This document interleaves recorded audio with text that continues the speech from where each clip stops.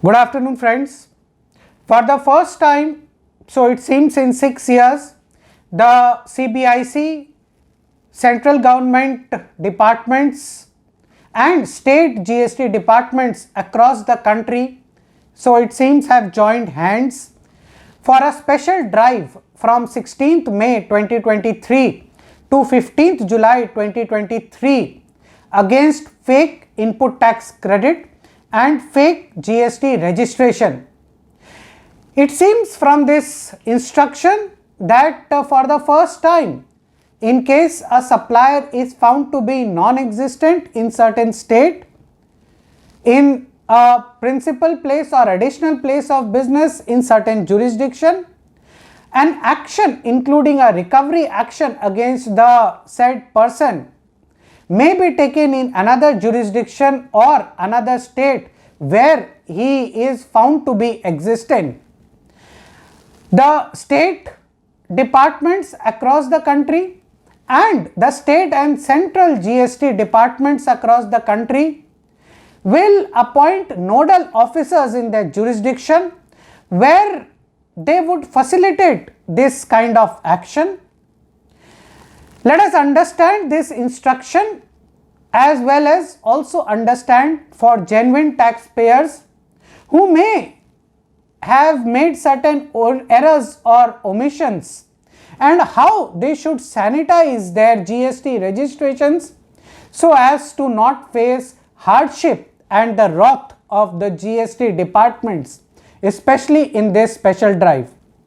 So this instruction number 1 2023 dated 4th May 2023 prescribes that in many cases it has been found that while the beneficiaries or mastermind of a transaction is somebody else, it has been found that registration has been taken in the name of certain economically weaker sections of the society.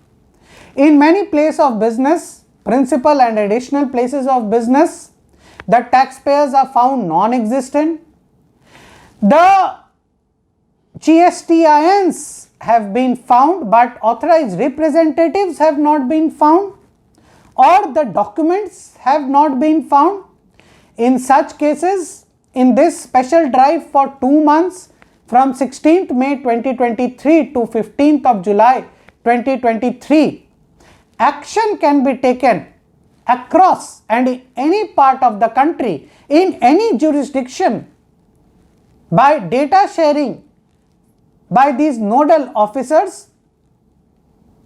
The actions can be from suspension, cancellation of GST registrations, recovery action against the recipient, freezing of input tax credit, attachment of bank accounts, and so on and so forth. So taxpayers, the genuine taxpayers, may have done certain errors or omissions, maybe unknowingly, which now all they have to sanitize so that their procedures as well as compliances are in line with the GST Act.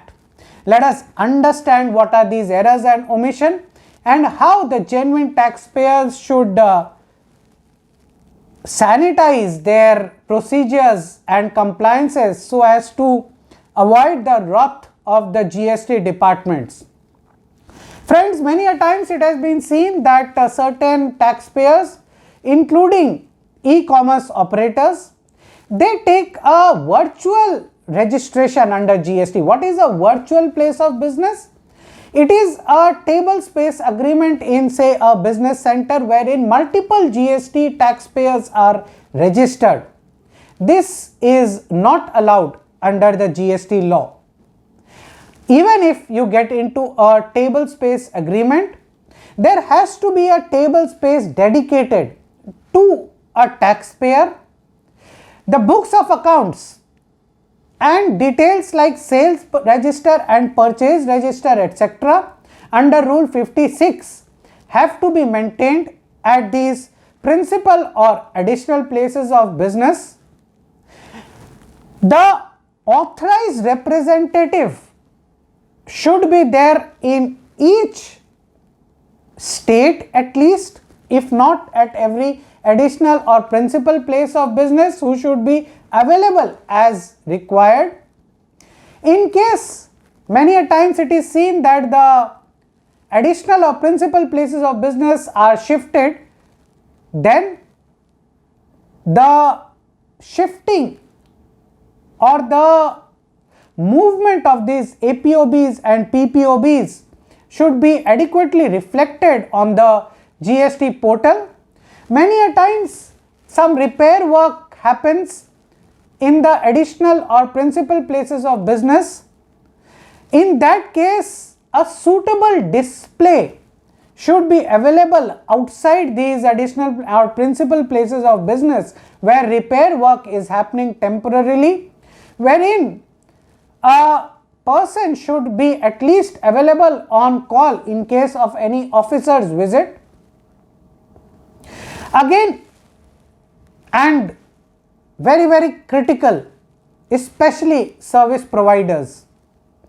Many a times it is seen that input tax credit is available in one registration and cash payment is being made in another registration.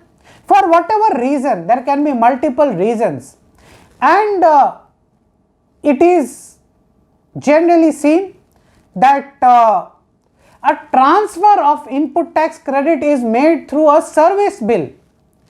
Friends, supply of bill without an underlying supply of service or goods is an offence under GST, and therefore one must be very careful.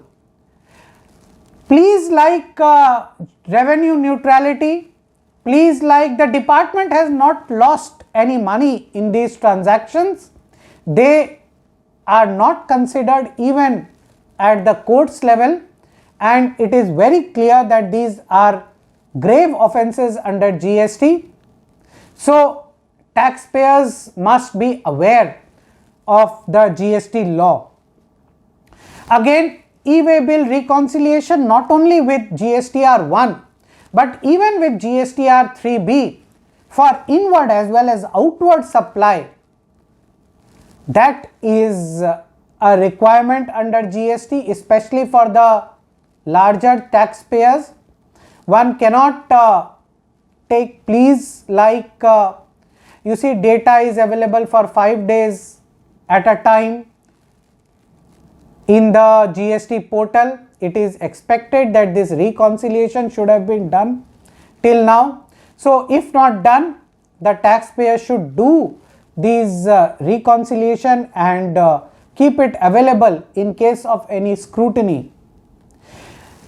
Friends, therefore procedures and compliances have to be robust under the GST regime. For one to take the benefit of this GST regime implementation, and for those who are in any way doing an offence economically, for them the GST departments across the country have in unison said beware. Thank you very much for listening, and please do like this channel, share this video for maximum dissemination of knowledge. We would come out with more videos going forward on GST, income tax, etc. Thank you very much.